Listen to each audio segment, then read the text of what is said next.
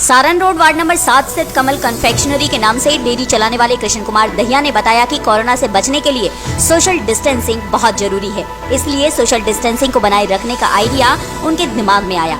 वो बताते हैं कि मैं खुद बीपी और शुगर का मरीज हूँ, तो मुझे भी अपने आप को संक्रमण से बचाना था, इसलिए मैंने अपनी दुकान को बाहर से शीशे की दीवार से ढक दिया और एक छेद कर मोटा पाइप लगा दिया ताकि दुकान के अंदर का सामान ग्राहक तक पहुँच जाए। वहीं दुकान के बाहर एक माइक और लाउड स्पीकर भी लगाया है ताकि लोग आए तो माइक में बोले ताकि दुकान के अंदर आवाज आए।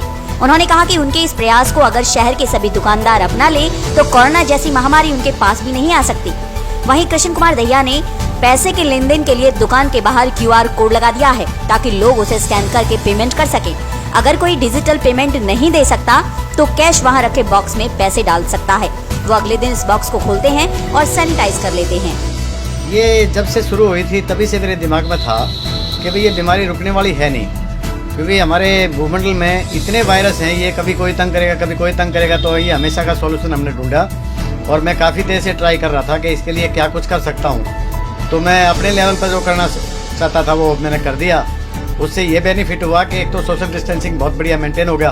अब हम दुकान के अंदर खड़े हैं, मेरे को कोई मास्क की ज़रूरत नहीं है, कुछ नहीं है, बड़े आराम से खड़े हैं। अगर बाहर कस्टमर आता भी है तो उससे मेरे को कोई परेशानी नहीं है। अगर कोई बाई चांस इन्फेक्शन वाला आ भी जाए तो मेरे को परेशानी नहीं है। इसके लिए मैंने ये सिस्टम बनाया, 2 माइक लगाए, एक अपने लिए एक कस्टमर के लिए। बाहर से कस्टमर माइक में बोलता है मेरे को ये सामान चाहिए, मैं अपने माइक से बोलता हूँ कि इतने पैसे मेरे अकाउंट में ट्रांसफ़र कर दो।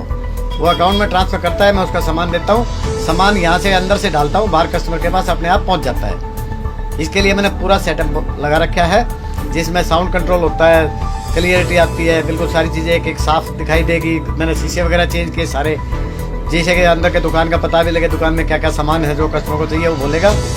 जो भी सामान एक बार कस्टमर लेता है वो उसको लेना पड़ेगा, और नहीं तो अगर किसी वजह से वापस करता है, खाने पीने का सामान है, नहीं लेना चाहिए वैसे तो, लेकिन अगर लेना पड़ता है तो उसको हम फिर दोबारा स्टेरिलाइज करते हैं, सैनिटाइज करते हैं, उसको दोबारा सैनिटाइज करके ही हम यूज़ करेंगे।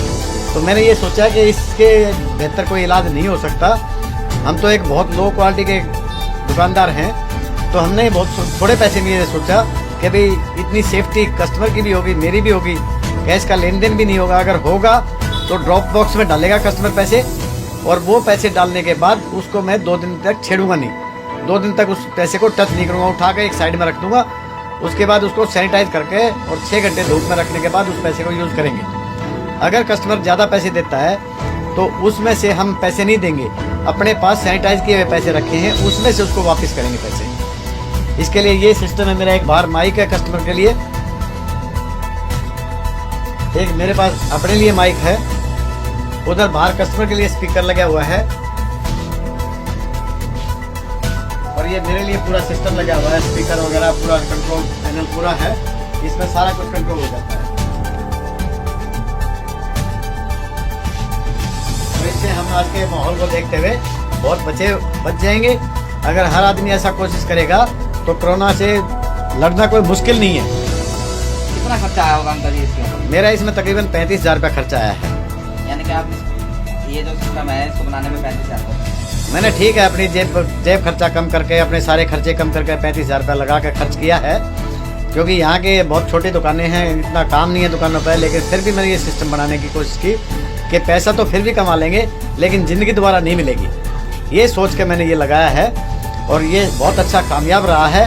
और मैं तो ये चाहता हूँ कि हर इंसान को ऐसी कोई ना कोई कोशिश करनी चाहिए, और देश के लिए, अपने लिए नहीं तो कम से कम देश के लिए ऐसी कोशिश ज़रूर करनी चाहिए कि जिससे इस महामारी से लड़ा जा सके।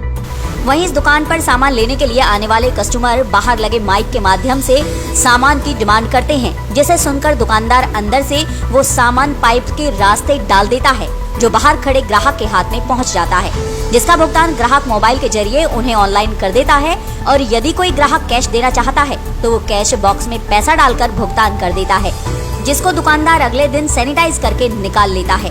दुकानदार के इस आइडिया की सभी तारीफ कर रहे हैं। ग्राहकों का कहना था कि महामारी के दौर में दुकानदार का ये तरीका ग्राहक और दुकानदार दोनों को ही संक्रमण से बचा सकता है, इसलिए दूसरे दुकानदारों को भी इसका अनुसरण करना चाहिए। जी हाँ, कैसा लगा आपको? सर ये जो आइडिया अंकल जी ने निकाला है, ये आइडिया मैंने कहीं भी किसी भी शॉप पर नहीं देखा।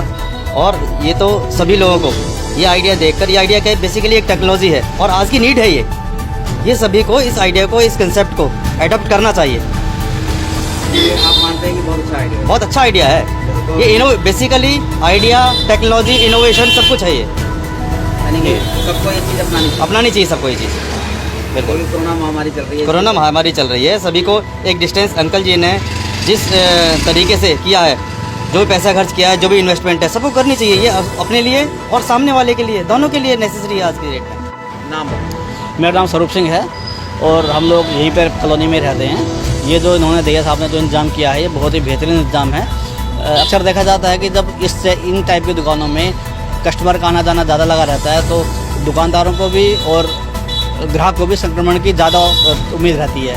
तो ऐसे में जो उन्होंने यहाँ पे जो शीशे वगैरह लगाए हैं, ये बहुत बढ़िया लगाया है। इससे तो इनका जैसे अभी मैंने दूध लिया तो मेरा और इनका काफ़ी गैप रहा। मैंने माइक पे बोला, इन्होंने माइक पे सुन के सामान दे दिया और मैंने कैशलेस पैसे दे दिए। ये जो सिस्टम है, ये बहुत अच्छा सिस्टम लगा और मैं रिकमेंड करूँगा कि जो बाकी जो बूथ हैं उनको भी कम से कम कोशिश करनी चाहिए कि ऐसा इंतज़ाम करें कि कस्टमर का और दुकानदार का कम से कम संपर्क हो।